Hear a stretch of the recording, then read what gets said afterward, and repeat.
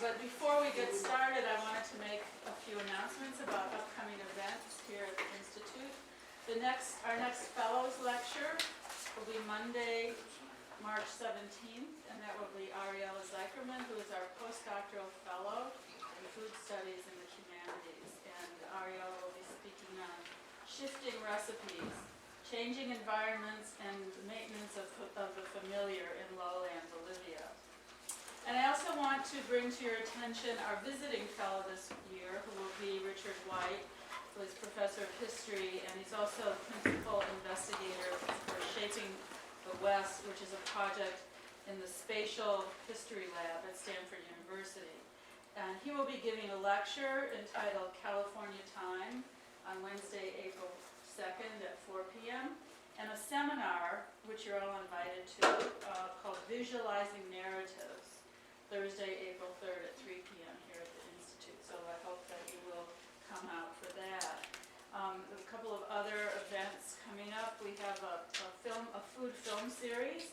We're going to be showing Babette's Feast on March 11th at 3 o'clock.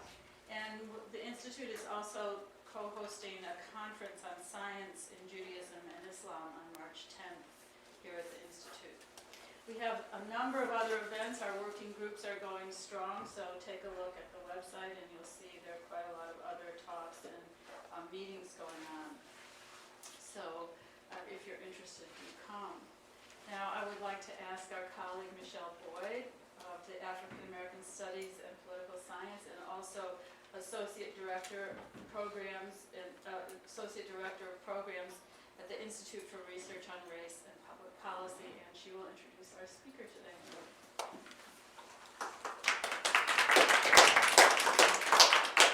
Good afternoon, everyone. Good afternoon. When Sue emailed me to ask me if I would be willing to introduce today's speaker to you, I wrote back to her immediately and I said I'd be happy to, because I have for a long time admired Cedric's work, and it's my pleasure to tell others why I think they should admire him as well. Cedric Johnson is an associate professor in the departments of African American Studies and Political Science. He received his PhD in Government and Politics from the University of Maryland, and he's been on faculty here at UIC since 2011. Professor Johnson has been the recipient of numerous awards for his research as well as his teaching. From 2004 to 2005, he was a fellow at the Frederick Douglass Institute for African and African American Studies at the University of Rochester. And he was awarded the 2007 Juan Libana Award from the Latin American Organization for his teaching and commitment to students during his time at Hobart and William Smith Colleges.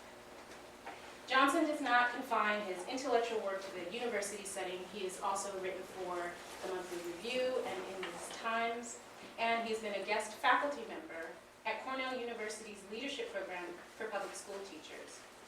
In 2008, he was named the John Garlock Labor Educator of the Year by the Rochester Central Labor Council of the AFL-CIO. And if you really want to get a sense of his skill as an educator, you should ask him about his ongoing work as a coach in the Lego League robotics competition. Professor Johnson's research can be divided into two distinct strands of inquiry. The first examines Black radical political thought, particularly as it was expressed during the civil rights and the Black Power movements. His book, Revolutionaries to Race Leaders, Black Power in the Making of African American Politics, was his first full exploration of this topic. In it, he combines interviews with a fine-grained historical analysis to examine the ideologies and practices of key Black political actors of the period. The book not only identifies the contributions that Black radicals made to African American political life, but also explains the decline of the Black Power movement. Revolutionaries to Race Leaders was nominated for a 2008 Ralph Bunche Book Award and the 2009 J. David Greenstone Award, both from the American Political Science Association. And it was the winner of the 2008 W.E.B. Du Bois Outstanding Book Award from the National Conference of Black Political Scientists. Just this month, Johnson has published a new co-edited volume that continues this line of inquiry, titled, What has this got to do with the liberation of Black people? Essays in honor of Ronald W. Walters. Walters was a civil rights activist who became a political scientist and a pioneer in the study of Black politics. In exploring Walters' life and intellectual work, this book provides valuable insight into the movement in which he participated and the discipline from which he studied it. Johnson's second strand of research explores the effects of neoliberalism on marginalized communities in urban areas. He addresses this set of concerns in his 2011 edited volume, The Neoliberal Deluge, Hurricane Katrina, Late Capitalist Culture, and the Remaking of New Orleans. Here Johnson brings together scholars from a wide range of disciplines to challenge conventional interpretations of the Katrina disaster that frame it as either only about race or not about race at all. The neoliberal deluge illustrates that market-based policies undermine agencies and relief networks that could have mitigated the effects of the storm. And it also demonstrates how neoliberal assumptions formed an integral part of the explanatory, meaning-making, and governing apparatus that dehumanized Blacks, women, immigrants, and poor people during the disaster. As a result of the important provocations in this work, the neoliberal deluge was just recently the subject of a research symposium in the journal Perspectives on Politics. While these two sets of questions might seem unrelated, in both instances, Johnson highlights the way that Black leaders both challenge and sometimes reinscribe racial subordination. And underlying all of his analysis is an attentiveness to historical context and political economy that refines and clarifies the dynamics of racial subordination without dismissing its continued importance. Johnson continues this approach with his current project, which is an examination of the work of Harold Cruse, an important but understudied Black intellectual. Today's talk is titled Between Revolution and the Racial Ghetto. Harold Cruse and Harry Haywood debate class struggle and the Negro question, 1962 to 1968. Please join me in warmly welcoming Cedric Johnson.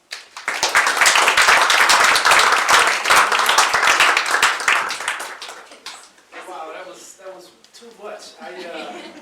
It's always awkward to listen to somebody introduce me or talk about me in that way because that person that she was describing sounds so much more organized and together than I feel on most days of the week.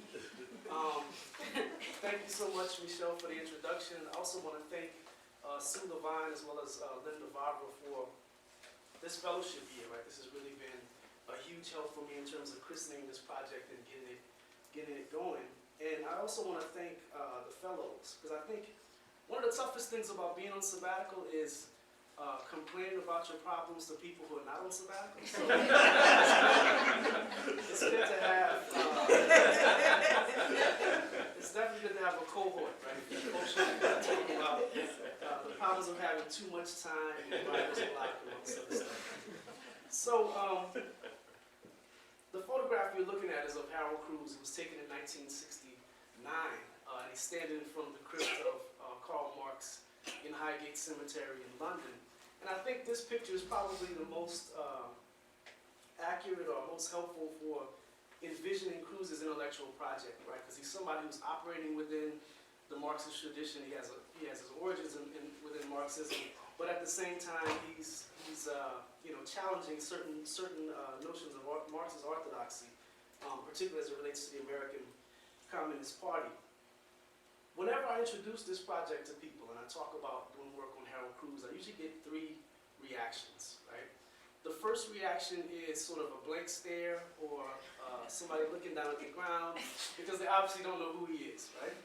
And I can totally understand that because he's virtually disappeared from many conversations about Black politics and about even Black studies, which he was a formative figure in.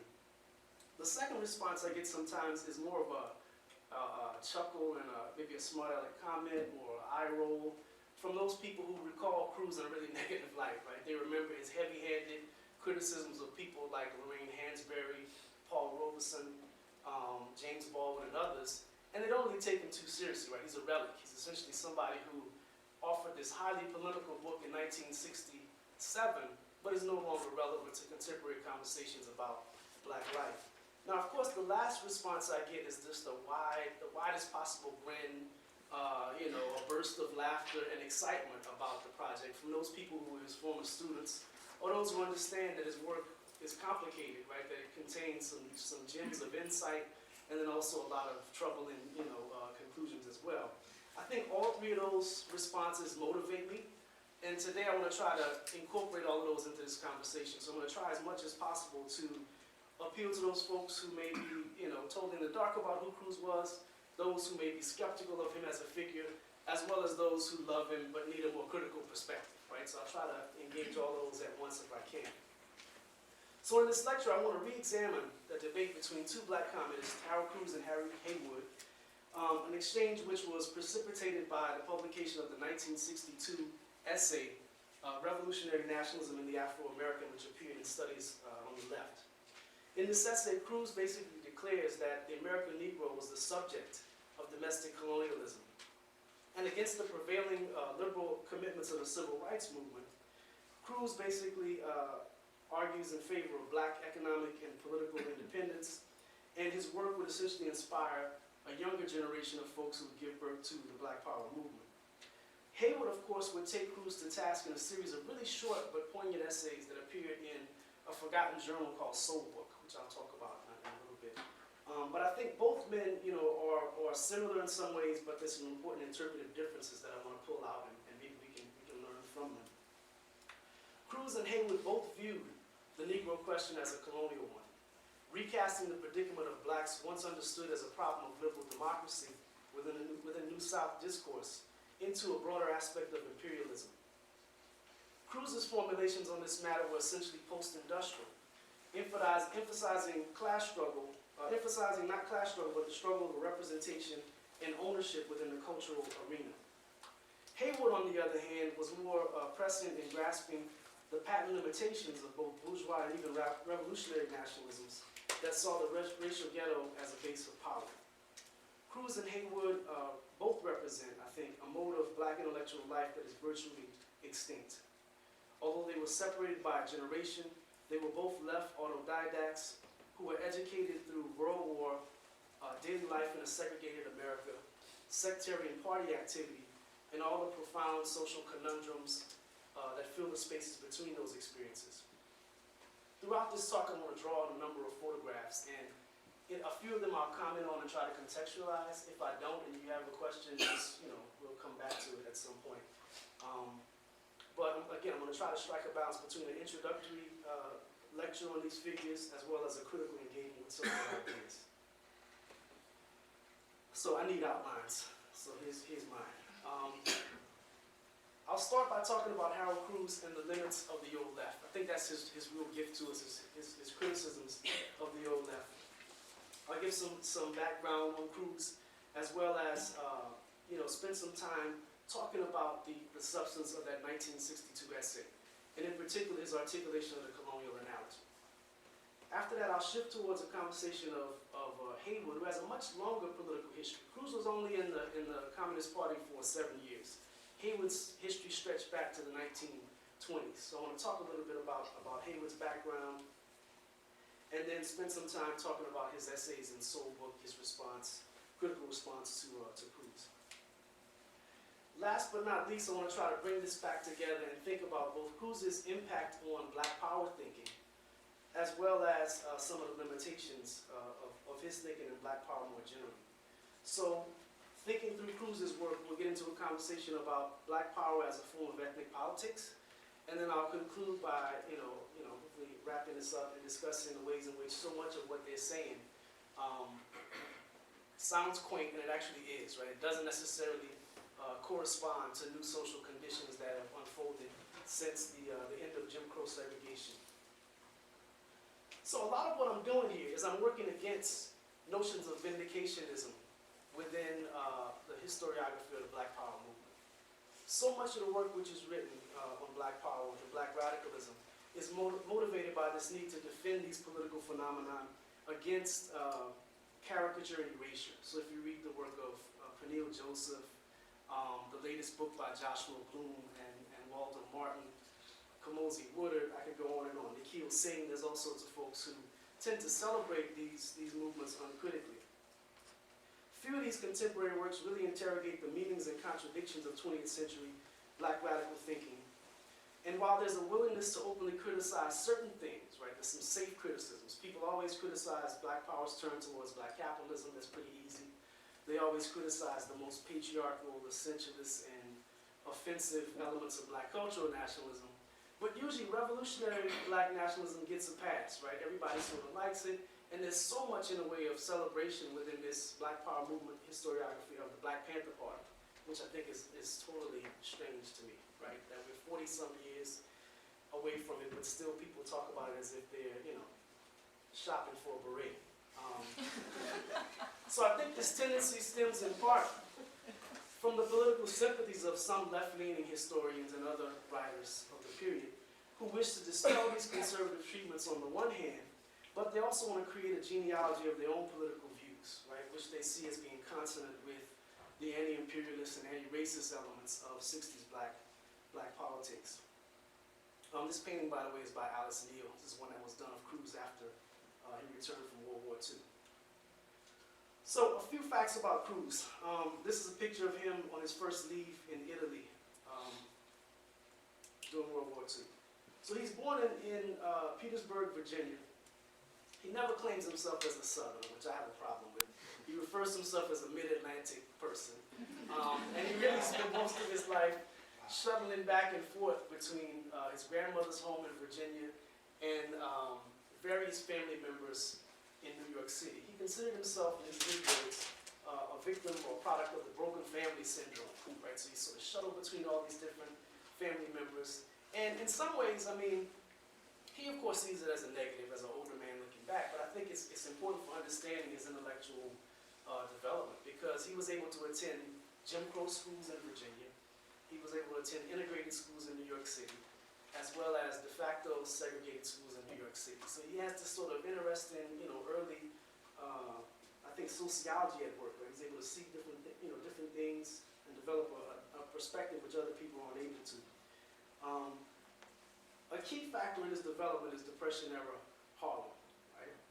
And when you read the few autobiographical passages that he offers us in a few places, he talks about being at the Harlem YMCA and how rich the political environment was. He says they were liberal, integrationists debating things. They were communists. They were socialists of various stripes. They were Black nationalists, Garveyites. And he basically says in this one passage that if you couldn't debate Marx and Engels in this Harlem YMCA, everybody just considered you a damn dummy, right? You couldn't do that. So those were his roots, right? That's how he sort of begins. But it's really during World War II, when he serves as a member of the all-colored 48th Quartermaster Regiment, that he solidifies his commitments to communism and actually, comes back home ready to join the party, right? Part of what happens, and I'll summarize this as best I can, is that Cruz basically says that they wouldn't have survived in Italy had it not been for the communists. Because as quartermasters, right, they're moving supplies up to the front line, and they're constantly under threat of being ambushed by local mafia, right? And there's a couple of episodes where it actually happens to him. He's stopped and held at gunpoint, and they want to take, whatever cargo they can get for the black market. But somehow he's able to survive, he says, because the local communists tell him what to do, what not to do, where, when to leave, when to come back, and all these other things. And it's the friendships that he develops in that moment that I think leads to his decision to join the party afterwards. So he joins in 1947, and he only stays till around 1953. There's a variety of reasons for why he leaves, which I'll talk about in a second. And while he's in the Communist Party, he serves as a librarian for the Daily Worker, the newspaper, as well as he submits various reviews on film and theater during this period. His real contribution, I think, would come after he leaves the Communist Party, and it would be amid the new Afro-American nationalism, which I'll describe in a second, as a movement that emerged alongside the civil rights movement, the post-war civil rights movement. So here's a nice picture. This is one of his companions' favorite pictures of him. This is after he returned from World War II. So his time in the party is short-lived. And basically he's frustrated by what he sees as a reluctance among party bureaucrats to address questions of black culture and black autonomy in any way, right? Anytime these ideas are broached, they immediately reject it as being divisive, and it basically pushes Cruz out of the party. He also receives a few visits from the FBI. So I think that also helps him to make up his mind rather quickly. During this period, he also struggles to be a playwright, right? He writes 4 plays. None of them are ever staged. He also works on a novel, which he completes most of it. But he's unsuccessful in the realm of nonfiction. But he really hits his stride as an essayist, right? And he begins to publish a number of essays which speak to this emerging new Afro-American nationalism. So I like this photo because it sort of captures the notion of the new Afro-American nationalism, which is different from the old Garveyite, interwar nationalism, in the sense that people are really inspired by what's going on throughout the Third World, right? So the Cuban Revolution is a source of inspiration, and so are the other revolutions on the African continent. This picture of Malcolm X and Fidel Castro was taken in 1960 when Castro came to New York for a meeting of the United Nations, but he decided, in an effort, publicity stunt or maneuver to embarrass the American State Department, he takes his entourage to Harlem and stays at the Hotel Teresa and meets, sets or holds court with all these different black radical figures, right? So this is a picture from that period. Malcolm X, of course, is maybe the most well-known figure from this new nationalist era, but there are all sorts of organizations that are around during this period. Liberator Magazine is an important organ of the new nationalist militancy.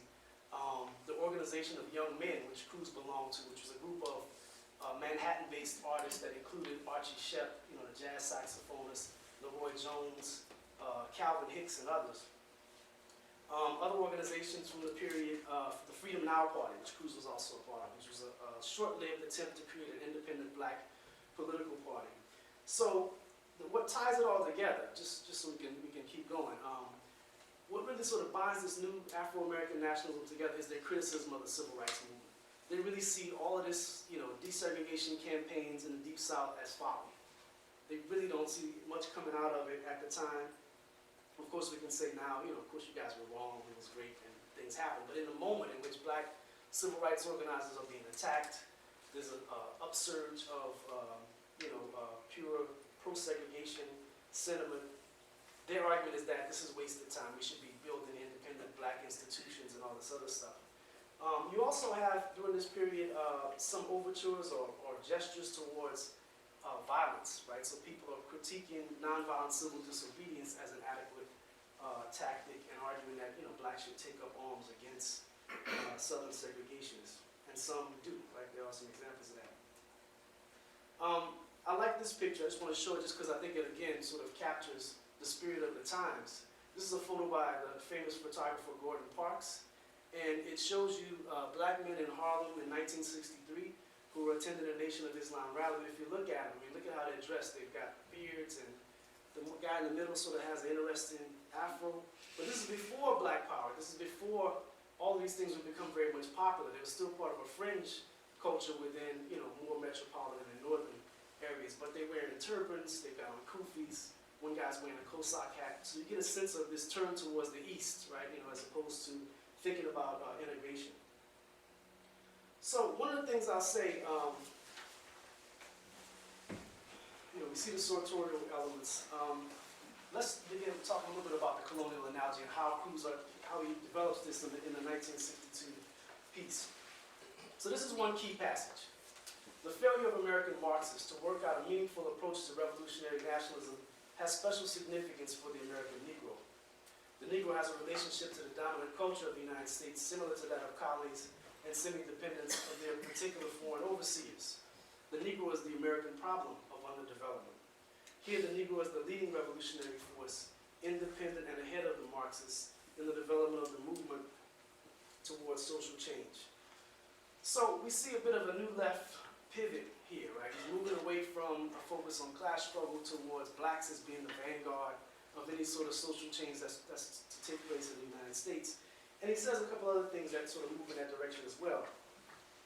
Cruz says, and I quote here, like the peoples of the underdeveloped countries, the Negro suffers in varying degrees from hunger, illiteracy, disease, ties to the land, urban and semi-urban slums, cultural starvation, and the psychological reactions to being ruled over by others not of his kind.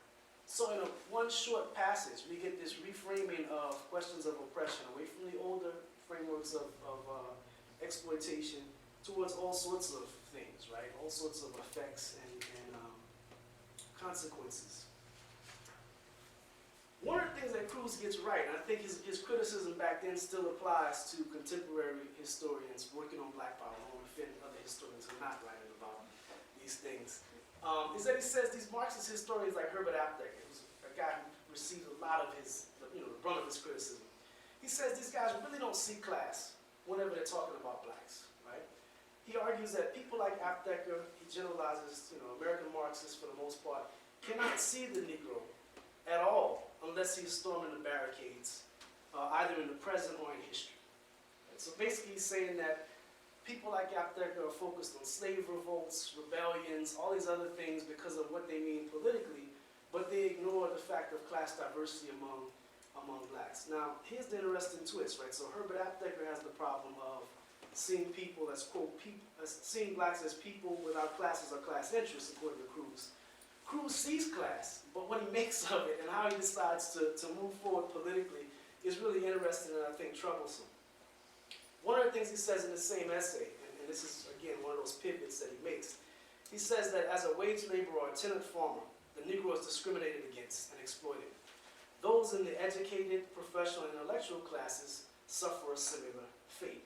And this is where we begin to see, again, a clear movement away from class critique and the assigning of a special role for black middle class and black elite in this project of race advancement. This is actually a 1946 photo by Wayne Miller. A lot of the ones I've just shown are the photographer Wayne Miller, who captures black Chicago in mid-century.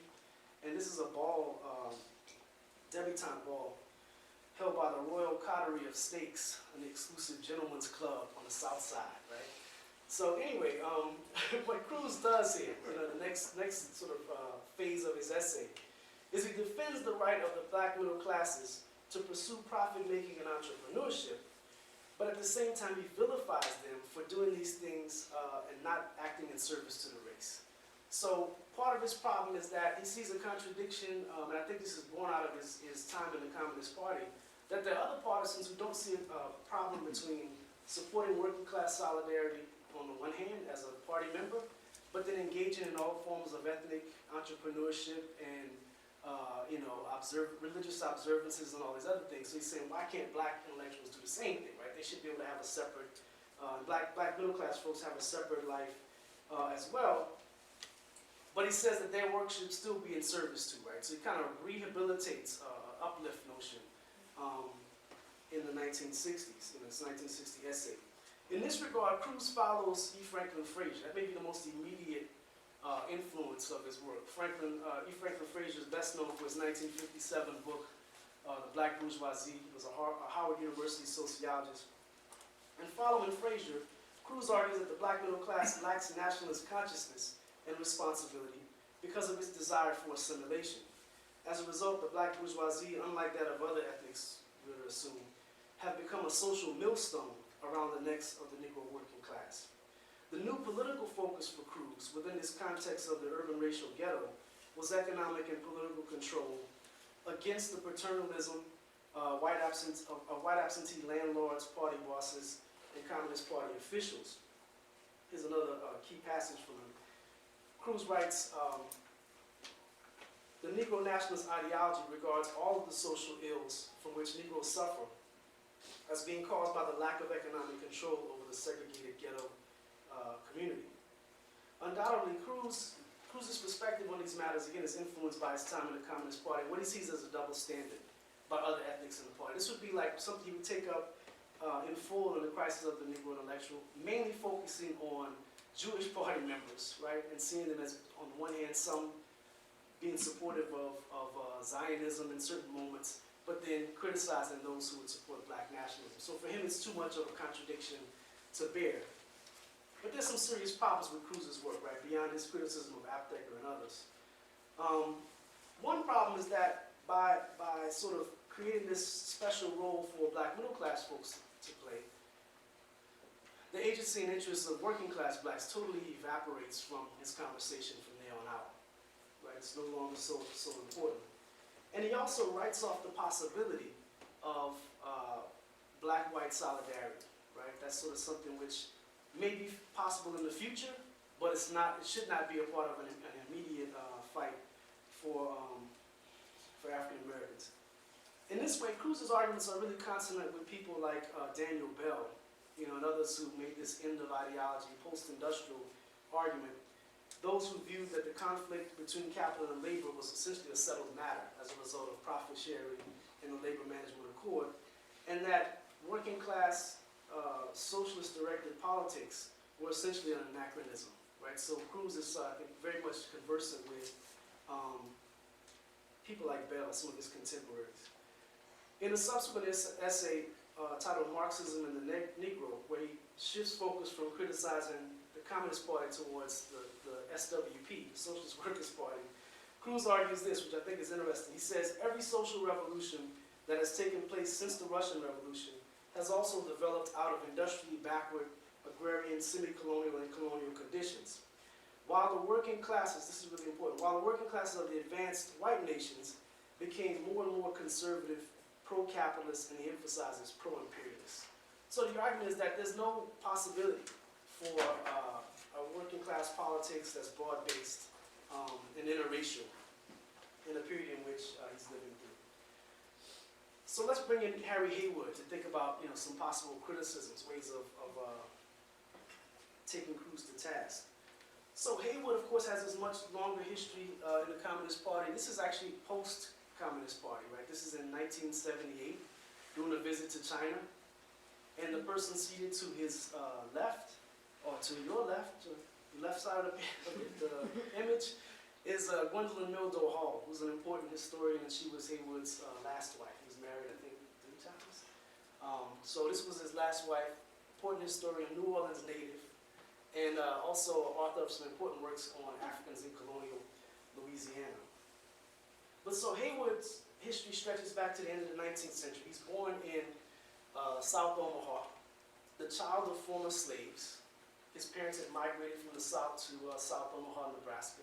And he talks about his life in that early period as being relatively tranquil and diverse, right? So there's all manner of immigrants. I think the 3 main groups there were Southern blacks, Czech immigrants, and Irish, right, who were in the community he grew up in.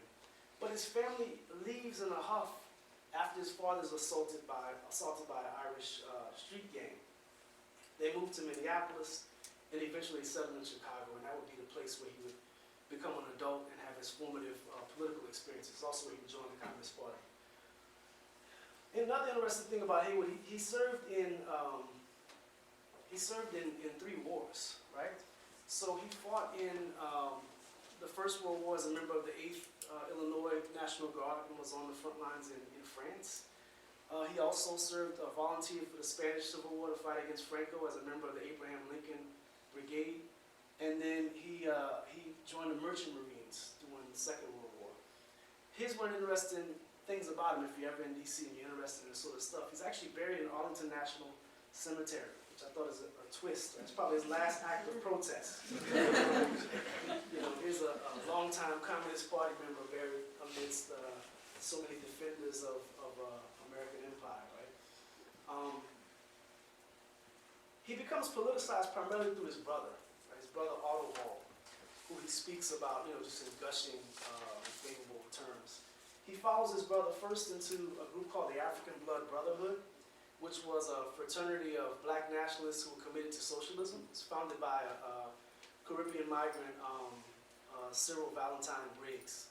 And so it's a clandestine, you know, fraternal organization. I'm assuming they probably cut their wrist and mix blood or something as part of their ritual. But he joins that organization first. And that organization is very much in the orbit of the Chicago Communist Party, right? So he makes his way finally into the Communist Party, travels to Moscow in 1924, following his brother again, to attend the University of the Toils of the East, which was a training school for African and Asian cadre. And then he also becomes a student at the Lenin School, you know, more specialized school in Moscow as well. I should add that his sister, Eppa, was also a Communist Party member and a packing house worker here in Chicago. She worked for Swift and was involved in one of the earliest union drives. So he had a really politically active family. And if you ever get a chance to take a look at his autobiography, I mean, when you look at it, it doesn't seem like the most appealing autobiography, Black Bolshevik, but when you get into it, I mean, it's amazing. It's amazing as far as like, he's sort of like everywhere, right? He steps off the train, you know, he's working for a while as a Pullman porter. He steps off the train right as the Chicago race riot is unfolding. And he gives you like this eyewitness, you know, account. He and some other soldiers set up shop in an apartment overlooking the street, waiting for an invasion of, you know, people who may try to do harm to their neighborhood. So he gives you like all these really interesting stories. Too many for me to get into right here.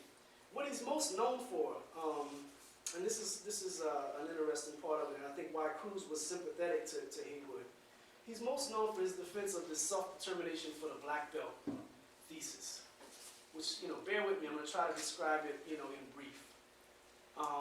It became the official Communist Party line after 1928, coming out of the 6th Congress of the Communist International. What's interesting about it is Haywood was the only person, and the only black person in the U.S. delegation to support the line. So it's basically imposed on the U.S. delegation by the Soviets, right? It's not something that people wanted. But Stalin was in favor of it, and, you know, other party bureaucrats were in favor of it. Basically what the argument is this, right? That blacks constitute a separate nation with their own distinct culture, language, and territory. And that territory are those fairly contiguous counties that stretch from the Mississippi Delta all the way across the most cotton-rich parts of Alabama, through Georgia, and up into the Carolinas, right? That is the black belt. And, you know, Haywood actually, again, becomes, as a 30-year-old student at the Linen School, becomes the foremost advocate of this becoming the official line. Now, his brother is totally against him. His brother and other members, you know, other black members of the delegation, people like James Ford, who was an Alabama native, say this is totally wrong. Blacks are not a nation, right? They just are simply an oppressed minority in the United States. And the solution there is not some sort of land-based independence, but rather assimilation under socialism, fighting against discrimination in unions, all of the stuff that, you know, you would think would be, you know, what they would fight for. But ultimately, this line prevails, and again, maybe the good that comes out of it, it does refocus work on the South, so the organizing of sharecroppers in Alabama. The Scottsboro Boys case sort of comes out of this sort of reorientation of party work to the South. And even after World War II, as everybody else is sort of moving on to other things, Haywood pins his fullest statement of, you know, self-determination for the black belt, this line, in a book called Negro Liberation, which appears in 1948. So his status during this period has really declined, right? And ultimately, the party would jettison this idea, right? They would move on to just full support for desegregation. But let me just, you know, humor you all with the argument, right? What he actually says. Haywood argues basically that the Negro question was not simply a problem of racial prejudice, but it was rather part of a broader, unresolved agrarian question in the South after the Civil War. He argues that the Reconstruction Project had, quote, stopped short of a solution to the crucial land question. There was neither confiscation of the big plantations of the former slaveholding class, nor distribution of the land among the Negro freedmen or poor whites. So Haywood sees this problem as originating in the Southern conflicts after the Civil War, but it's not bounded by the geography of the Mason-Dixon line. No matter where they migrated, Haywood argues, blacks constituted an oppressed nation with common culture, language, and territory. According to Haywood, quote, the shadow of the plantation falls upon the Negro in Harlem, in Chicago's South Side, in the hundreds of urban black belts throughout the country. The twin evils of poverty and Jim Crow dog his heels, setting the pattern for his new urban life. The solution, then, is not merely the attainment of full citizenship rights within the context of liberal democracy, but rather the right to self-governance and land, the basis of economic and political independence, according to you know, this particular doctrine. Now, Haywood's black belt thesis, you know, in all fairness, captured certain truths about black life in the formative decades of the 20th century. But the dynamics he addressed so well were part of a vanishing era. The demographic, social, and political changes of the post-World War II years rendered untenable what was already a problematic thesis. A second wave of black migration to the West Coast and the North radically transformed many American cities. And by 1960, the population of black Chicago had already reached 1 million. And equally, mechanization and restructuring of Southern agriculture spurred black urbanization across the South as well, and weakened the political power of the Southern merchant planter class. The Black Belt thesis was burdened from the start by its commitment to Soviet ideology regarding land-based nationalism, and in particular its insistence on focusing on the agrarian economy at the very moment when blacks were becoming rapidly industrialized and more urban. And as the nation as a whole was undergoing massive economic restructuring initiated under the New Deal and continued through extensive investments in defense, technological development, and national transportation infrastructure. One of the great things I think about Haywood's expulsion from the party is that it has a positive effect on his thinking, right? He actually becomes sort of emancipated. He comes up with a more critical round of writings, which seem to shake free of some of these partisan doctrines, and were more focused on addressing new social conditions. Before I forget, this photo is actually a rare color photograph of black sharecroppers near Clarksville, Mississippi during the Depression era, which I think is pretty amazing. And if you see the little toddler off of that ground. So he would publish between fall of 1965 and spring of 1967 4 short essays for the Berkeley-based journal Soulbook, which was organized and edited by the Revolutionary Action Movement, which was an organization influenced, of course, by Cruz's writings as well. Now, Soulbook published under the masthead Jazz, Economics, Poetry, and Anti-Imperialism. And every time I see it, I'm like, what the hell is this magazine in the grocery store when I'm walking? But they featured all sorts of material. If you're interested in this stuff, they're PDFs of the whole publication run online. So you can read it in full. But they published all sorts of articles on like hard bop and Franz Fanon's writings. There's stuff on Puerto Rican nationalism, which is actually published in Spanish, which I thought was pretty progressive for the time, as well as poetry, cartoons, and photographs. But it provides Haywood with an important venue. And like I said, unlike these other things that he writes, which are really concerned with anti-revisionist polemics, this one is more squarely focused towards what needs to happen in order to change the conditions that black people face. So here's a key passage where I think he really, takes Cruz, targets Cruz and blows him out of the water, right? Cruz differentiates, this is Haywood, Cruz differentiates between assimilationist and nationalist sectors of the black bourgeoisie, but at this point his class analysis falls down. He fails to mention the objective conflict of interests and aspirations between the basic, most exploited and oppressed black masses north and south, and the aspirations of the ghetto nationalist sector of the black bourgeoisie.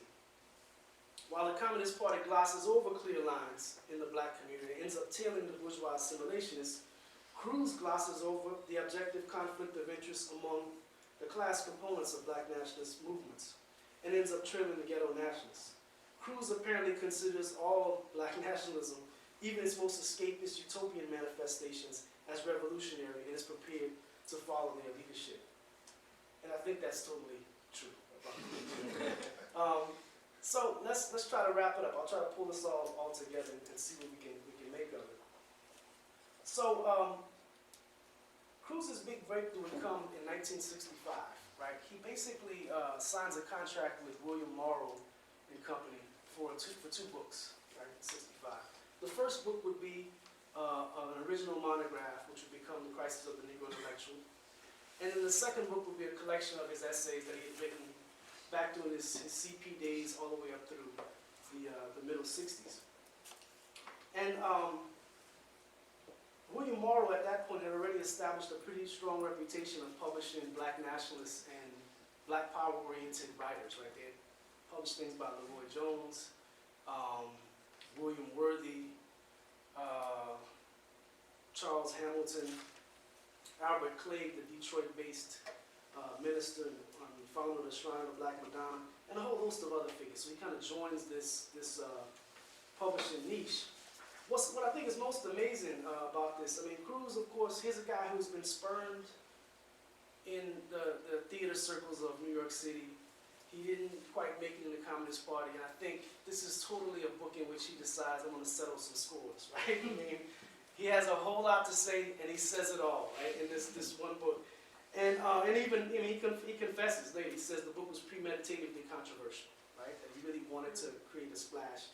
And he styled himself at the time as a critical kamikaze fighter on the cultural front, right? So even if he did harm to himself, it was worth it, right, if he was going to win.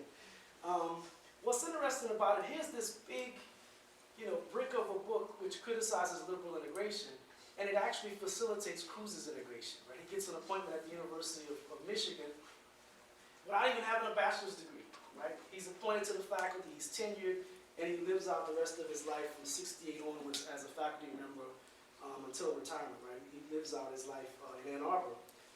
He meets Mara Julius, who is a professor of epidemiology, a researcher at the University of Michigan, and she gave me a lot of these photos that I'm showing you of him.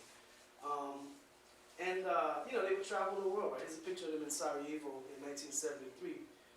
But Cruz, I think he didn't want to be domesticated, right? He didn't want to sort of move to Ann Arbor and settle down. What's interesting, they never really lived together. They lived like on the same street, like a few houses down, like across the street from each other, which I thought was interesting. Maybe that's the most ideal arrangement.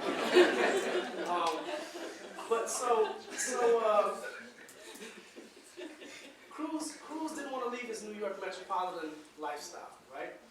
But when he saw the $18,500 salary, he just couldn't pass it up, right? It was more money than he'd ever seen ever. So he took it.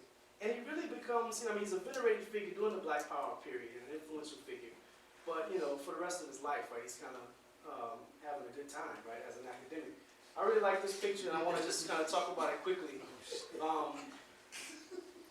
The people in the image from left to right, is Adolph Reed Sr., who's a professor at Southern University, my alma mater, as well as at University of Arkansas Pine Bluff. Muhammad Adi, the Palestinian political scientist. In the middle is Archie Singham, who's a professor at Brooklyn College for a long time, a specialist on colonial and post-colonial politics. And then Cruz, and then at the very end is Bill Ellis, who's a professor at Howard University. So they're all here having cocktails at the American Political Science Association meeting in 1975. So Cruz's ideas, the colonial analogy. The colonial analogy becomes, widely accepted and so much a part of Black Power discourse, right? And even beyond Black Power discourse. So Chicano radicals would embrace the colonial analogy. Mainstream or left-oriented social scientists would also embrace the colonial analogy. Ira Katznelson's book, Black Men, White Cities, is basically an academic book which uses that framework. One of his first books, earliest books. So his ideas from the early '60s are now popular, right, and widely held. But what's interesting about this is that Cruz actually, moves away from these overt anti-imperialist, arguments. He continues to make reference to blacks as colonized here and there, but underneath it, he's a little bit more, his politics are much more conservative, and he doesn't hide it as much, right? So here's a key passage from the first chapter, the keynote chapter of The Crisis of the Negro Intellectual, that I think, again, shows you this awareness of class, and I think there's still some anti-capitalism in his work that I'll get to in a second, but certainly a movement away from the old left in a pretty big way. So he says here, on the face of it, this dilemma rests on the fact that America, which idealizes the rights of the individual above everything else, is in reality a nation dominated by the social power of groups, classes, in-groups, and cliques, both ethnic and religious. The individual in America has few rights that are not backed up by the political, economic, and social power of one group or another. Hence, the individual Negro has proportionally very few rights indeed, because his ethnic group, and here's the jab, whether or not he actually identifies with it, has very little economic or social power beyond moral grounds to wield. Thus, it can be seen that those Negroes, and there are very many of them, who have accepted the full essence of the great American ideal of individualism, are in serious trouble trying to function in America. So here's Cruz basically making what was a popular American ethnic pluralist argument, at the time. And he's not the only one that makes it. If you read Stokely Carmichael and Charles Hamilton's book, Black Power, which is kind of another definitive statement from the era, they also spend a lot of time talking about ethnic pluralism, right? This idea that now that blacks have the numbers in cities, they need to control the key political institutions and what have you. But here's the vestige of, I think, some anti-capitalism in Cruz. I just want to point it out quickly. This is a picture from Maxwell Street, 1940s. He gestures towards a sort of new class, creative class knowledge worker argument in this work as well. And I think Cruz is underappreciated beyond black intellectual circles for his analysis of the mass culture industry and its social implications. The primary battleground for Cruz, and this is what he develops in the Crisis, the primary battleground, the struggle to create a more democratic society, is no longer the factory or the state, right? But rather the cultural sphere, which has brought into being new social protagonists, according to Cruz, and new possibilities. He says here, quote, "If the growth of capitalism creates its opposite, the working class, then it is possible to say that the growth of mass communications media coincided with the appearance of an opposing class force of radical, creative intellectuals." He also goes on to talk about the expansion of the culture industry and how it creates this possibility of cultural revolution, which he defines as an ideological and organizational approach to American social change by revolutionizing the administration, organization, the functioning, and the social purpose of the entire apparatus of cultural communication and placing it under public control, public ownership. Because blacks had played such a significant, had made so many significant contributions to American culture. I mean, from Cruz's vantage point, they've made the only original contributions, right? American jazz and all sorts of other things that he talks about. But because of that significance, right, blues, jazz, dance, certain elements of theater, which he criticized as being appropriated by people like Oscar Rogers and Hammerstein and other folks, he basically said that black intellectuals have a vanguard role to play, right? And so this is really just kind of an expansion of this idea, right? So first it was the ghetto nationalists in the earlier work, but now he sort of adds, folds intellectuals into the mix. He concludes by saying, I think this is a really powerful quote, and then I'll move on to the critique of it. The alliance of white capital and labor obviates any challenge to the economic status quo where the production of basic commodities takes place. Therefore, the Negro movement must challenge free enterprise at its weakest link in the production chain, where no tangible commodities are produced. This becomes the economic aspect of the Negro movement. I can talk more about this afterwards. I have some problems with this, right? I mean, he's basically talking about ownership and control of, media. Sometimes it's public ownership, so everybody should have a part of it. It should be democratized. Other times it's petty bourgeois, ownership of it. So it's like BET, TV1. So there's all this problem. I think that's one of the problems that people have with reading Cruz, is that his work is kind of unwieldy and undisciplined and not always consistent. So Haywood loses this battle with Cruz, clearly, right? Cruz is the man who carries the hour. His work is popular. His book is heavily reviewed. People like Christopher Lash reviews it. Ernest Kaiser, Robert Allen, all sorts of folks pen reviews of the Crisis of the Negro Intellectual. The historian Eugene Genovese writes a pretty elaborate response to it. So he carries the day, right? His ideas are those that become popular and commonsensical even by our own times. But I think Haywood wins the war over the long haul because he offers a more perceptive and enduring analysis of black political life, one which clearly discerns the limitations of black power. In his 1978 autobiography, Black Bolshevik, Haywood took one last parting shot, it's a good shot, at Cruz, in his capitulation to bourgeois politics. Haywood holds that there were essentially two wings of the movement. I think there are more, but two is good enough for this conversation. A revolutionary nationalist wing and a more conservative black capitalist wing.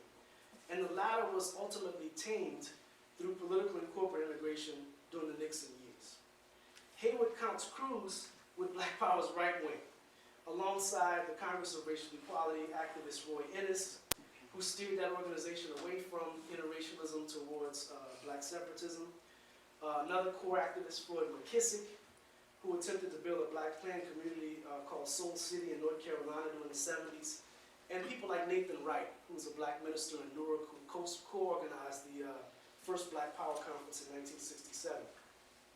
Of all of these folks, Haywood had this to say, quote, "At first, Black Power activists submerged class conflicts in the movement, but soon a right wing emerged, with its base in the sector of the ghetto bourgeoisie, which includes business, ministers, professionals, poverty project leaders, black studies professors, newly hired lower management, and token upper management.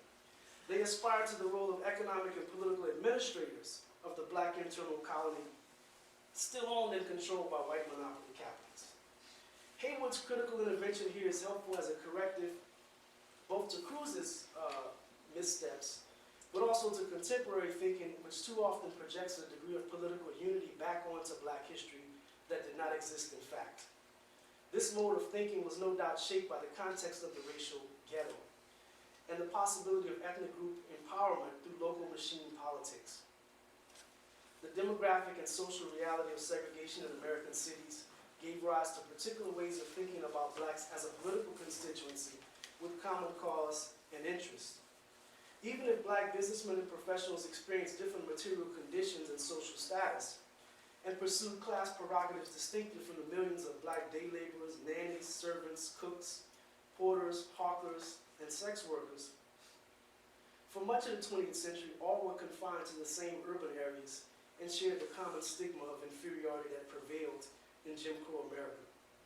Flowing from these social facts of social life in the United States, the Black Power movement emerged as an attempt to pursue race advancement through race pride, community self-defense, independent organizing, and ultimately control of those institutions that shaped black urban life, schools, anti-poverty programs, as well as local government.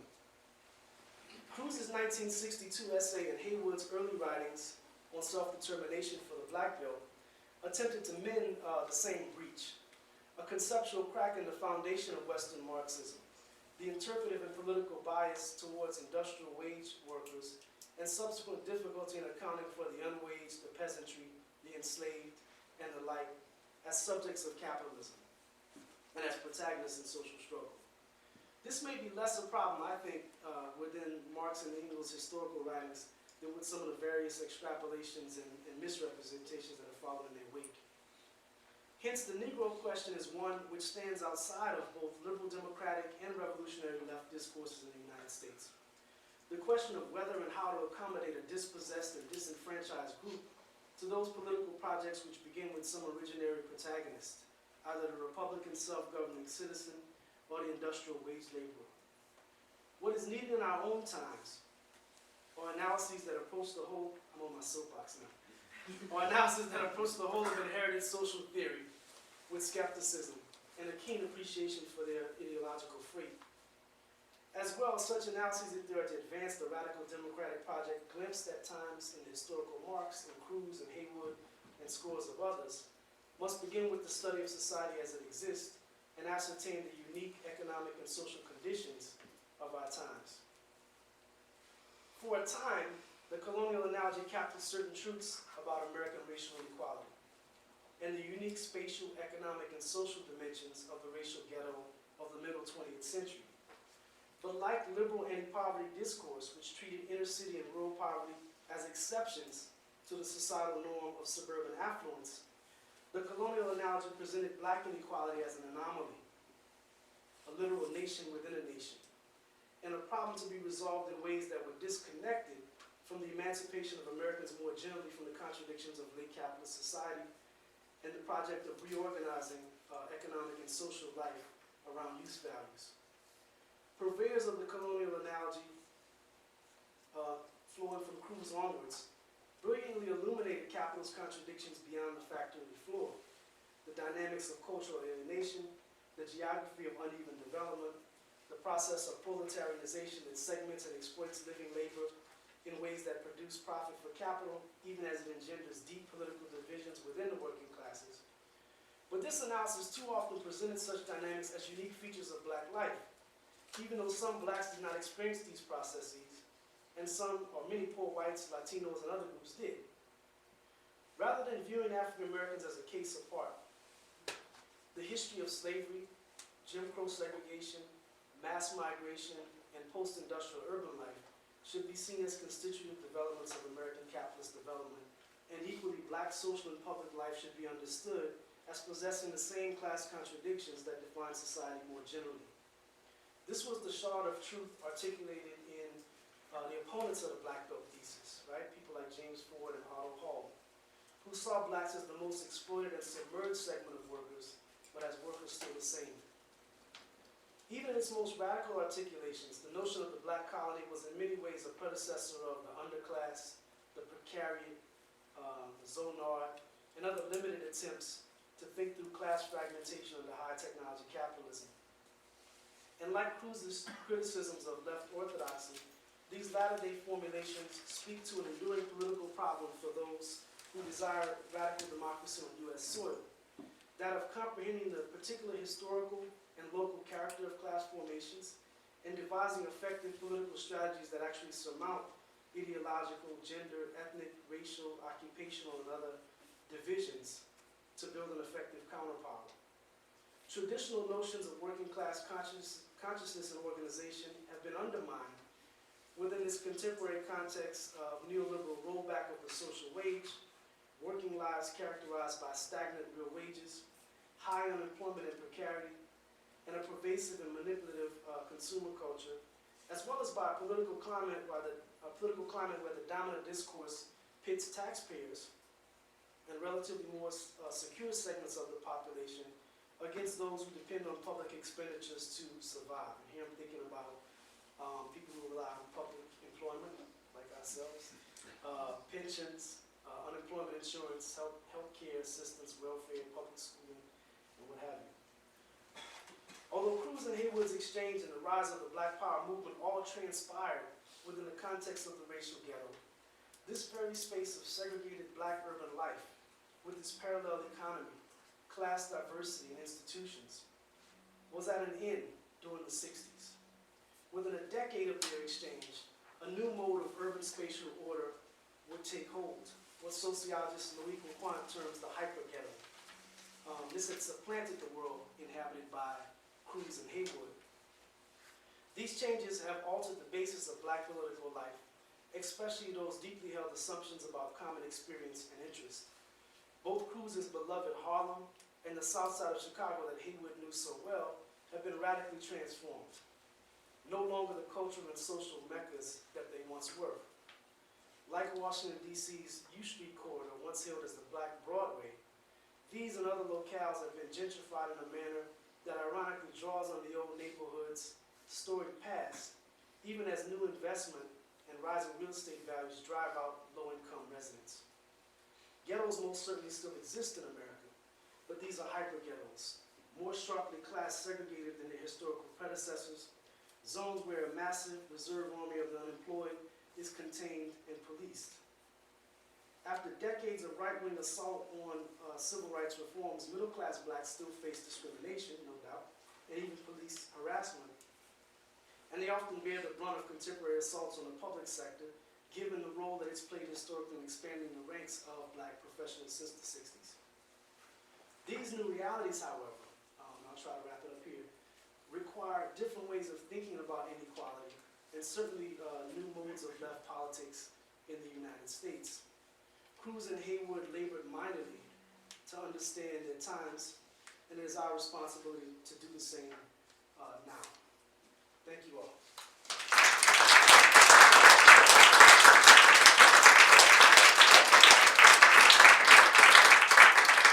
I put this photo up for the conversation. Right? This is Cruz in Paris in 1987. He was a lover of cafe culture. All right, questions?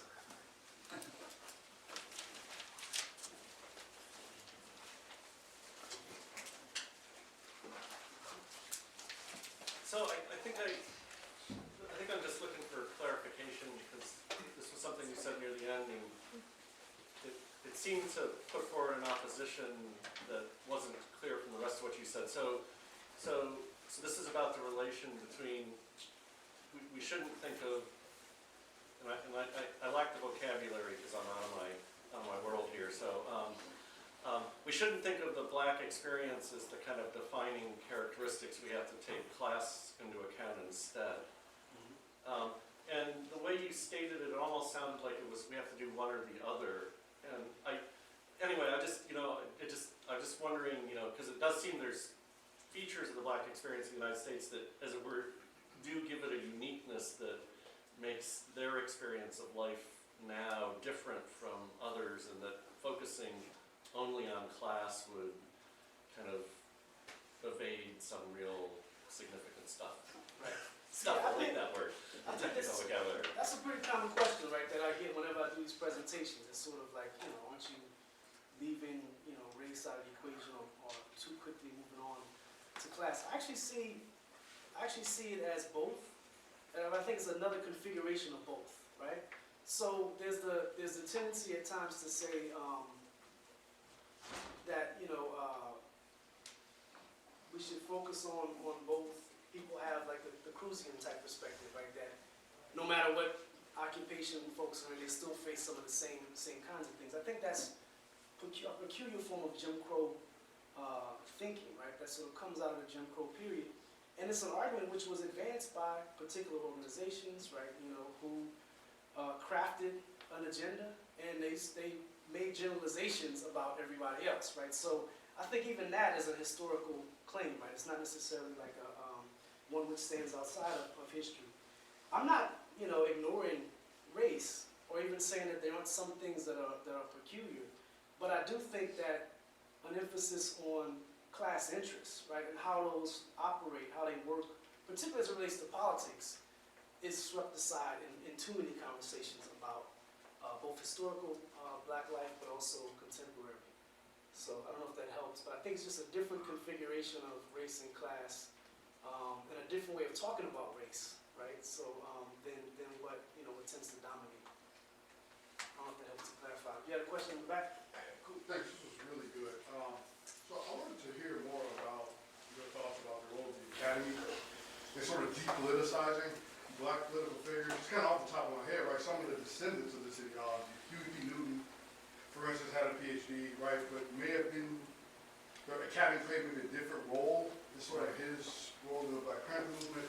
So there's some variance with regard to, like, what do you see as far as thinking? I actually have a rant in the paper, so the fellows have read it, where I do talk about, so like what I said at the beginning about these guys being autodidacts, right? These kind of like self-taught intellectual figures. Cruz did take classes, right? He took a few classes as part of a school that was created through the Works Progress Administration. So he wasn't, somebody who didn't have some sort of context. And Haywood was a member of all sorts of study groups in Chicago. They even met here at the Jane Addams, at Hull House, right? So he talks about that in his autobiography. But in the paper, I talk about them being autodidacts, but I also allude to the changes that have transpired since Cruz entered the academy, right? So the kinds of things that allowed him to write in the way he did, which some could argue was undisciplined, right? I mean, he's all over the place in the Crisis of the Negro lecture. He's talking about film. He's criticizing, these theater, stage actors. He's over here doing political history, and then he comes around and he criticizes somebody else in a purely ideological polemic, right? So he's sort of mixing a lot of different things together, which we can't always get away with, even if we call it interdisciplinarity. But I think he's guided, these guys are animated by a different set of questions, right? They're not concerned about tenure. They're not concerned about whether or not this article is going to be placed in, X journal. They're not concerned about whether they can secure a grant for the next project. So they're operating in a world which is very different from our own. And I'm not necessarily saying that ours is just terrible and theirs was so great. I don't know if I want to be living in a shoebox apartment, scribbling all night and working at Macy's like Cruz did in order to make ends meet. I think it is different. Right? They're two different environments. He at least experiences the early period of black studies when you actually had departments which had their backs turned to academia and were focused on communities, right? So a lot of early Black studies programs had community extension centers, or they were connected to particular social movements. And there was some, I just read a book in progress last week by Russell Rickford, who's doing work on Black educational institutions coming out of the 60s. And there were all sorts of experiments. I mean, people trying to create, universities outside of the university, and they had a hard time finding money for some of their projects, but they definitely had different bases of academic and intellectual life. Another thing I mentioned in passing in the paper is the disappearance of so many scholarly society journals among African-Americans, and even beyond just Blacks, right? I mean, I think there's a lot of left magazines, journals, spaces where people could offer their arguments, which didn't have to be pitched to a particular, disciplinary set of preoccupations, right? So I think it has changed a lot, right? As for Newton, I mean, Huey gets his PhD in the 70s. And I actually read some of his papers last summer. I was at Stanford. I read some of the actual papers he wrote in classes, so it was interesting to read. They were really short, too. They were like three pages. So I guess I should have went to his conference. But yeah, so he wrote these really, a lot of different things. But that was like kind of after the Panthers had already unraveled. So he's another person. But there's a whole host of these folks who come out of 60s movements and go straight into academia without even having, any sort of credentials from universities. I mean, one guy at University of Massachusetts, Amherst, Ernie Allen is another figure who kind of takes that same route. Charles Ross at Ohio State University, really beloved social work professor. So their credentials were their activism, right, back then. But that can't really buy you too much, in today's world. So I think it has had some impact, right? It has some changes.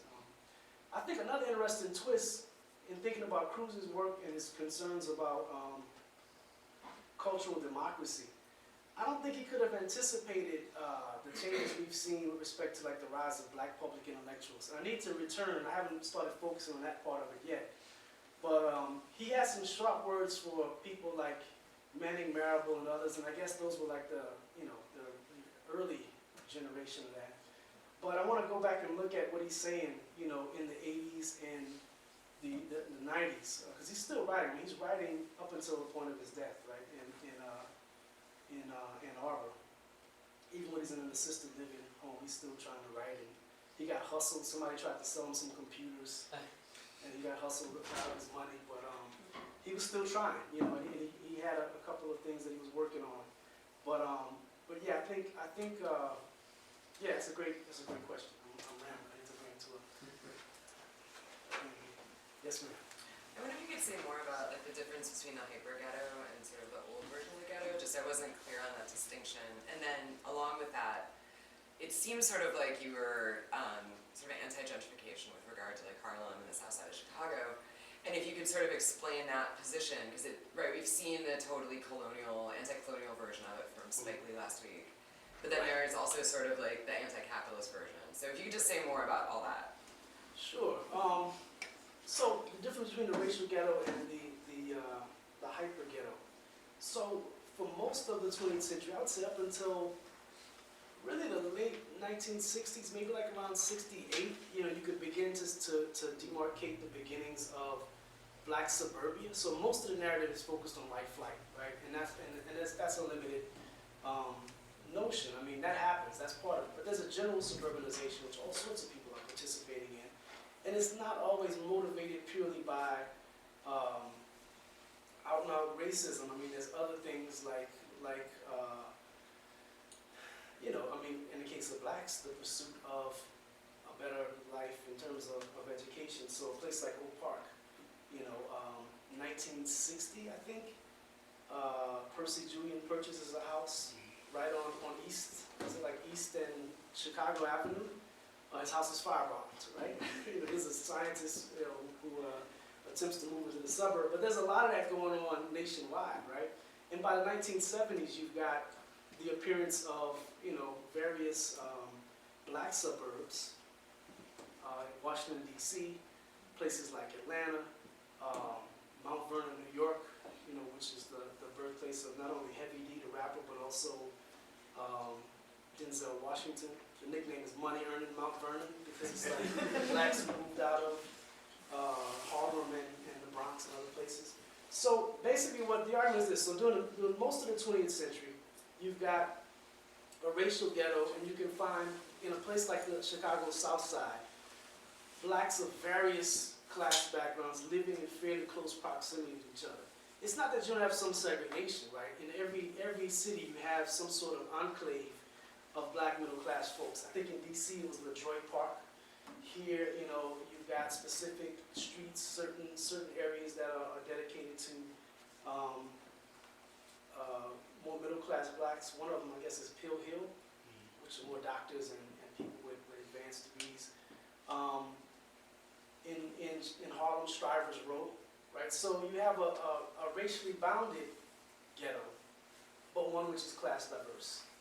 But from the late 1960s onwards, right, as blacks become more mobile, and many blacks flee these places because, you know, I mean, think about like 8th Street in Washington, D.C., or Florida Avenue and the U Street corridor, which I mentioned here. Those places would be racked by urban violence, right, by riots and rebellions. So they would, you know, a lot of investors left, right? People who had stores left. So these places are not desirable, neighborhoods anymore. So people who can leave move out. So the difference is that you see one which is more dictated by racial segregation, and the other which is much more sharply around class lines.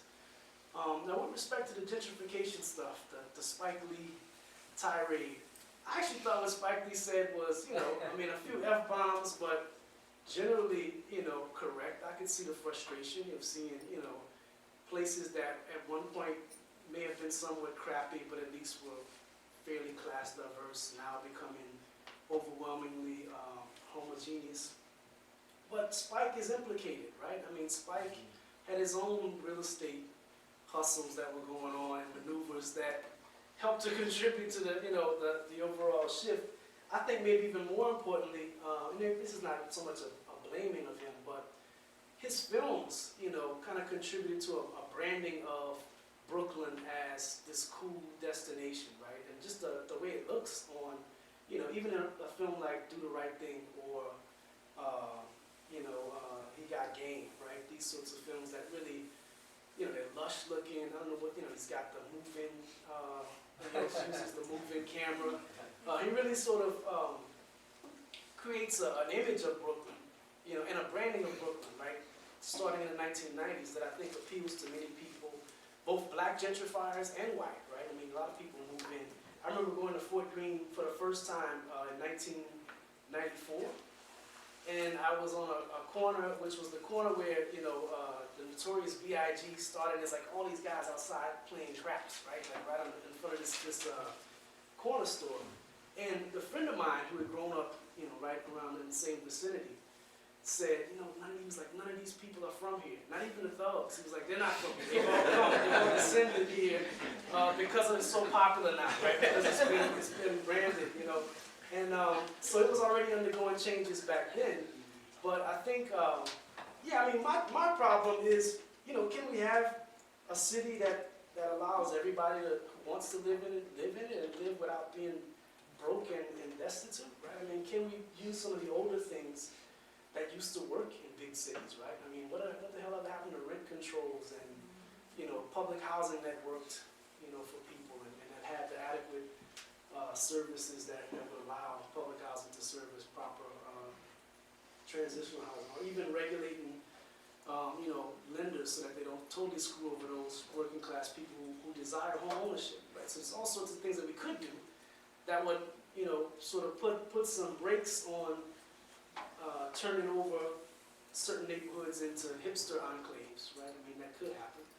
But the political will, as far as I can see, is not there right now. Maybe I'm the only person thinking of this stuff. Right? Yes, ma'am. I have a question about sort of doing Black intellectual history through biography, and how I feel like in a lot of sort of biography-based Black intellectual histories, you have this sort of transition over time. So I think you definitely see with Cruz in terms of his ideology, right? And this evolution and change at various moments. Haywood's kind of interesting because there does seem to be a bit more consistency, if dogmatic in a certain way. Right. I mean, for a long swath of time. But with others, Du Bois or Zora Neale Hurston or others, people sort of point to often biographical things for their change. And I was wondering how you make sense of Cruz, sort of in his change in ideology over time, on the one hand being something that's grounded in a person and sort of a set of personal circumstances and such, but also if it's a longer intellectual trajectory that's influencing a broader black political thought. I guess, how do you put those two in conversation with each other, or how do you make sense of them together? Right. I think in my case, right, I'm moving from the broader study of Black power in a number of different organizations and personalities to a more focused consideration of Cruz, right? And part of the reason why I want to do that is, one, just personally, I was interested in his journey and the extent to which his, studying his life and his work would force me to have to wrestle with all these other aspects of 20th century Black, cultural life and so many other dimensions. So that was part of it, because I think it forces you, right? And he sort of criticizes so many people that you have to then acclimate yourself to all of these other folks that he's engaged with. And he has such strong criticisms of these different folks. So I think that's part of it. But I think the advantage is kind of coming back to it from a broader perspective and then sort of funneling in or focusing in on Cruz versus starting with the biography and sort of spinning off from there. I'm also pretty skeptical of him as a figure, which is why I thought it's interesting to bring Haywood in and other figures who were critical of him, just to sort of get a sense of what he's up to. I don't think he can be understood fully sort of in isolation. But as far as his trajectory, right, how he evolves, I mean, there's some pretty consistent threads, right? I mean, I do see, and this really came to me as I was writing this paper, I do see this shift from an emphasis on this kind of ghetto merchant professional class in the 62 essay towards an enlarged space for creative intellectuals, in the latter work. And I think in that regard, he's influenced a lot by C. Wright Mills. And he has a lot of under-acknowledged influences, right?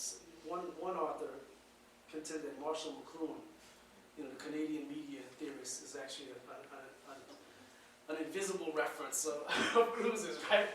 But so I want to dig in and get a sense of that, right? But I mean, he cites Mills a lot in The Crisis, right? So that's definitely one of his influences, and I think he's definitely a part of like this New Left project of trying to figure out what could work in order to advance socialism ultimately, because that's still on his radar, but it's certainly not in the foreground of his concerns. The other thing I'd say is that even his last book, which is really just a rehash of some of the things he does in The Crisis, is still pretty consistent, right? Plural and Equal, which is published in 1987. It's the same stuff, right? Basically, America is a pluralist society. Blacks who worship individualism and liberal immigration are distracted and delusional. They should really focus on how do you build group power within this ethnic pluralist context. So I mean, some of the things he says, though, he's arguing even in the 60s for the black cooperatives and all sorts of other things. What's interesting about him, I mean, he's all over the place, right? And I'm trying not to, sometimes when you study somebody, you begin to also be all over the place if that's the way they are. So I'm trying to kind of bring it under control here. So yeah. So just for now, points of information that might turn into a question later. So there's a moment in your talk that I've been trying to puzzle out, and that is the moment when the picture has Jesse Jackson in the background, but at that point, when he's says there's an alliance, but there's a racial alliance between labor and capital, right?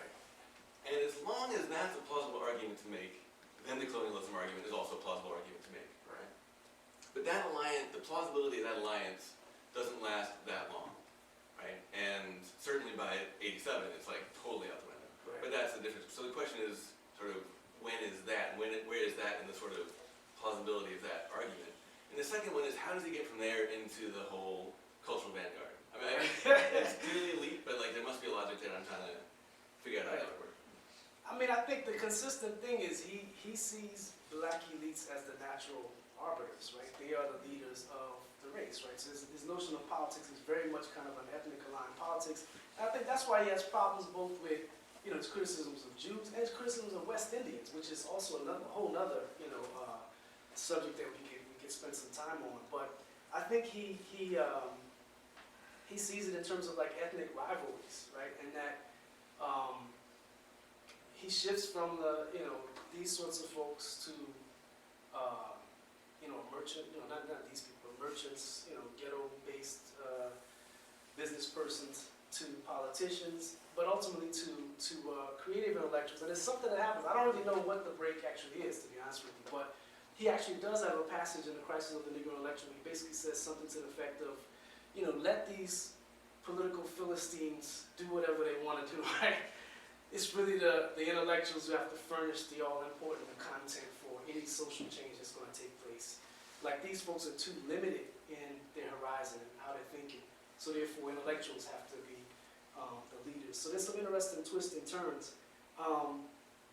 But yeah, I don't know. The other thing I didn't mention, and this might be somewhat relevant, the criticism that Haywood makes of Cruz and his notion of the internal colony. He argues that Cruz's reading of colonialism is still mired in notions of anti-colonialism from World War I, right? And he basically argues that back then you had this idea of national liberation, which is elite-led, and basically just want to control the domestic market, and that's what Cruz seizes on. Whereas Haywood argues that certainly after World War II, you move into a period where there are all sorts of other actors that are participating in what the post-colonial will look like, right? You've got peasants and still urban merchants and all sorts of folks, but you also have unions and other things within the colonial context, which evaporates from his view. So that's another criticism that Haywood makes of him that I think is pretty legitimate. Yeah, Lenny. Hi. Just a, I don't know, I'm not sure this is a question, but I guess I lived through some of this era. And I can see that what you're trying to do is to fashion a kind of backbone or something that from these conversations, and it sounds like, and I haven't read Cruz or Haywood, but it sounds like, especially with Cruz, you're saying that it's harder to find a backbone in there, that there's a lot of things going on, and that's your challenge as a scholar of it. But I just wanted to float the idea that or ask the question that in this era, it seems to me that there was a lot of thinking, but a lot of opportunity to choose from a variety of things, or not commit to a particular modality. In other words, and I was just thinking like the end of Do the Right Thing, like totally simplifies that right to, Malcolm X or Martin Luther King. Right. Whereas my experience of the era was less of this kind of partisan fighting and more kind of like coming together for certain kinds of actions and activities. Right. So I'm just wondering whether the model you might want, is there a possibility for a model that's more flexible maybe, or more random in a certain kind of way? I mean, the point is like, you didn't mention Martin Luther King at all, which I noted, but there is a kind of movement where he, at the end of his career, is picking up on a more Marxist analysis. And whether there's kind of a float, I guess what I'm trying to say is there's a floating sensorium or ideorium that maybe could be at certain moments ideological and very contentious, but maybe more of a kind of looser sense that you could join and pick amongst these ideas? Right. Yeah, I think that's certainly the experience for more ordinary folk, right, who are sort of not as ideological as a Cruz or a Haywood, and they're participating in different campaigns at the local level based on other motives, right, because it speaks to what they're doing, and they don't have this sort of overarching ideology in the same sense. And I actually, in the first book, I take that up in relation to this meeting, right, the 1972 Gary Convention, where the hope was to try to have this national convention in advance of the Republican and Democratic conventions to come up with some uniform or united black agenda that would then be, pressed to these different political parties. And what you had was,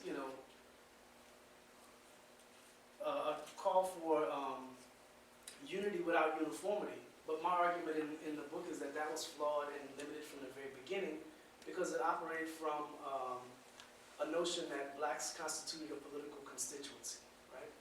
And I think that's one of the problems that comes out of the Black Power movement, this conflation of racial community or racial identity and political constituency. And it's clear, right, in the outcomes of this meeting. I mean, if you look at that photo, you've got the mayor of Gary at the podium, you've got Jesse Jackson, Amiri Baraka, and all sorts of other folks. I can't remember the guy with the glasses who's to the right of Hatcher. But these are all people representing different constituencies, right? And so the overarching Black Power argument, you know, again coming out of this sort of ethnic politics, ethnic pluralist sensibility, doesn't really hold up here, and it certainly is not the way to organize, right? I think during the Black Power period, folks were more successful when they organized around particular issues.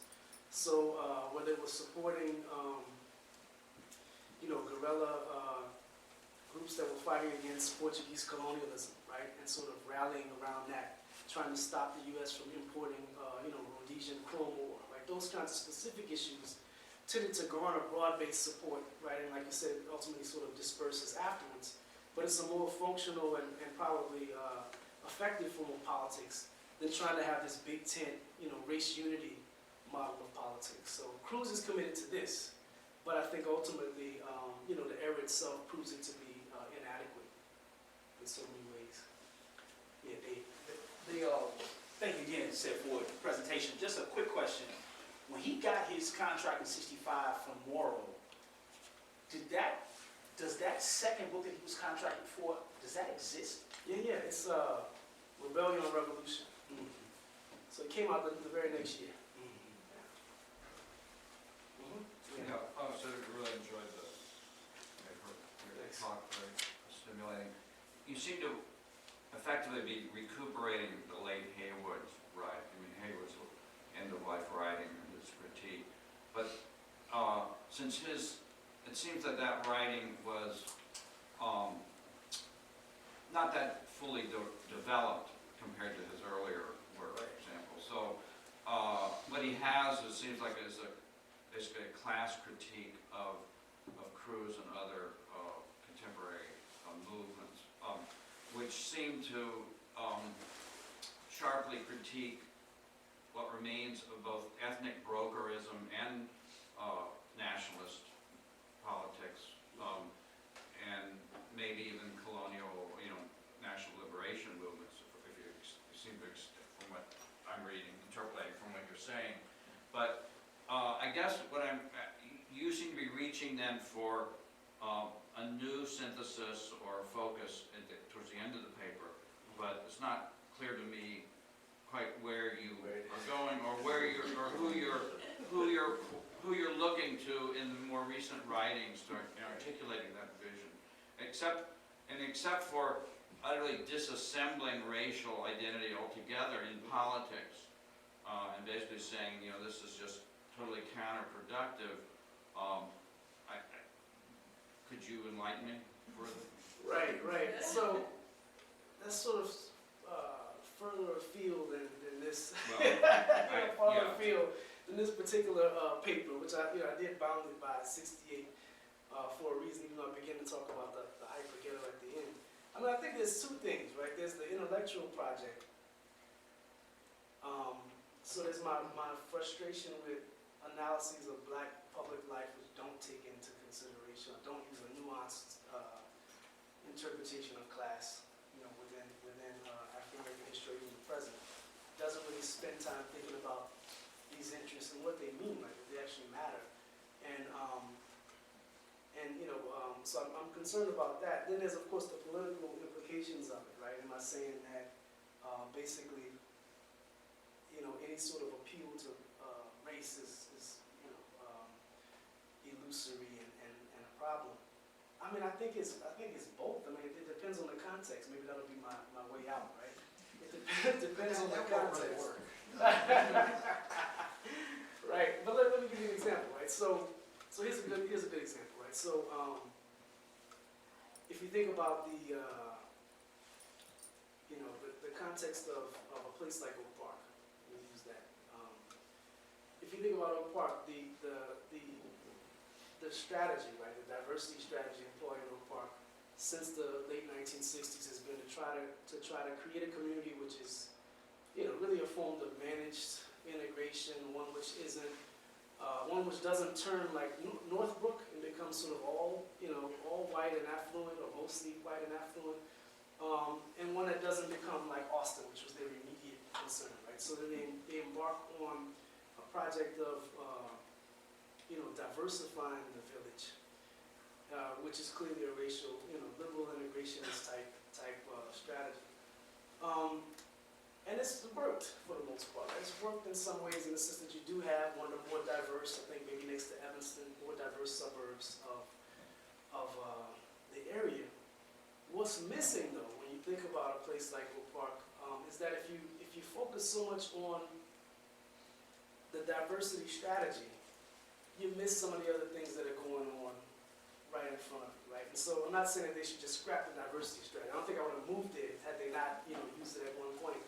But what you're missing, and I can see this when they talk about the remaining gap in achievement in the high school, right, and some of the problems, is that they read it as a racial issue when it's totally not. I mean, when I walk into the room and start talking to teachers, you know, they're saying shit to me where I'm like, are you serious? Right? Do you really know, you know, and I don't want to sound like the, you know, the uppity guy and pull rank and talk about how many graduate degrees I have, but they automatically assume that, you know, I don't know much, right? And I was in a student-led conference with my son recently, and he's done these since he was like in early elementary school.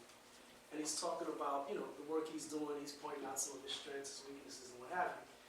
And the teacher who's participating says, well, you know, if you have a computer in your home, you could actually do such and such. And, you know, she's saying this to my son, I'm thinking, does he have a computer?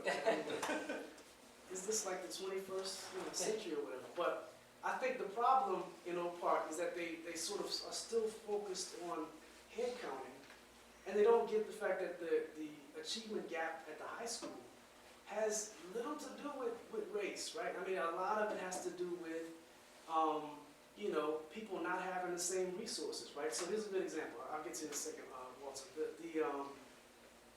I attended a meeting last year, trying to find a good example. A meeting last year for a trip to Washington, D.C., which was totally bogus. It was for the middle school. And the trip was overpriced. It was a drive-by tour of the monuments. I mean, literally, like, the bus stops in front of the King Monument, you know, you say hello, we take a picture, hop back on the bus and keep going. It was like this huge amount of money. And nobody in the room talked about the barriers for working class and poor kids in the district to attend this trip. It was all sort of like, you know, yeah, if you can pay for it, it's fine, it'll be a great experience, but it was totally voluntary.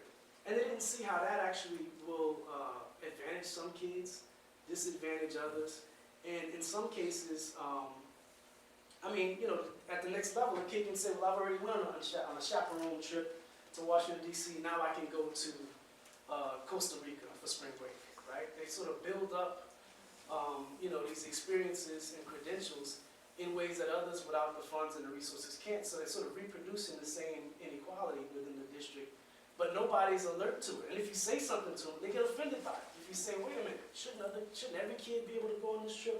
And then they'll say, well, we'll find some money for you, you know, and your kid. I'm like, that's not what I'm asking. I'm saying, shouldn't it be a broad-based, you know, a concerted effort to try to make sure that everybody has a chance to go? So I think, I don't know if that answers, maybe that just dances around your question, but I don't think it's, I don't think it's as straightforward as that. So, I know, obviously, I'm the last person in the world to disagree with your talk, so so what I'm asking more is like, about your kind of coyness in response to some of the questions, although super smart, interesting coyness. So, it seems like when you were being asked about the race of class, I was going to ask about intersectionality, and I thought, no, it's in a way silly. Just think about the race and class question that basically it started by asking that you're asked coming back to. So, it does seem like there is a kind of structure that works all the way through your work. And you started by saying, well, everybody criticizes like Black Power, sort of when they become overtly capitalist, committed to capitalism.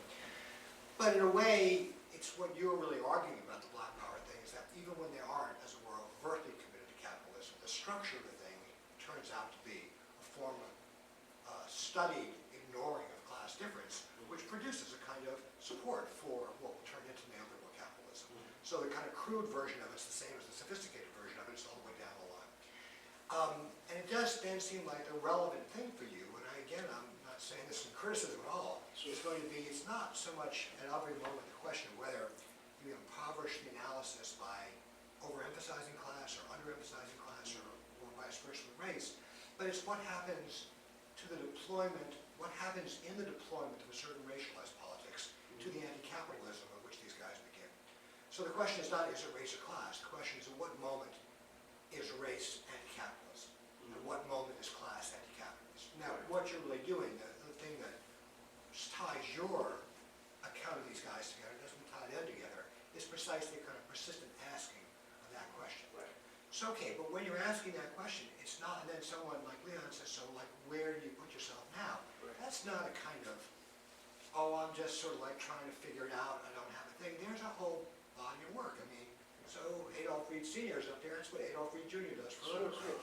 In a way, that's also what Ken Warren's doing in a different context for a living. So there is a kind of striking moment now in which there are actually a certain number of Black intellectuals located in universities with a kind of complicated but real relation to Black studies who are producing precisely this kind of analysis, which, let's say, forgetting and choosing between race and class, is interested in a kind of intellectual history and a social history in terms of the question of anti-capitalism. So would you, I mean, this isn't really a question, this is an attempt to kind of like, just say, why don't you just say, yeah, that's what I'm doing on my own? Well, actually, I say it in the paper, right? Well, okay.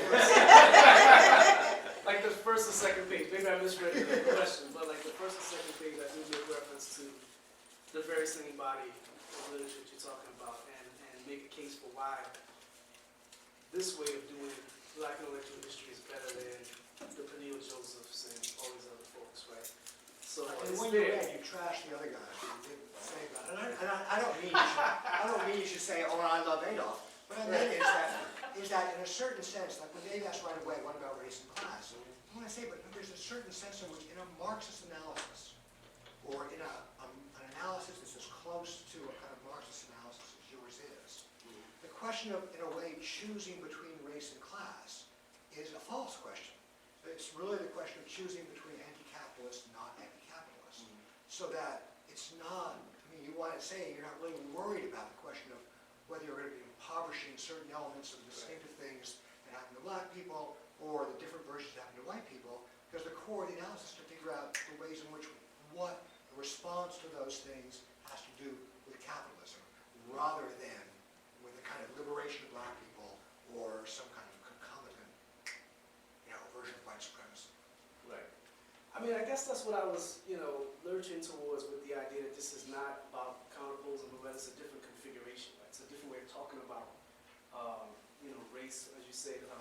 What sort of work does racial politics do within a specific historical moment? So I guess that's where I was going, but yeah.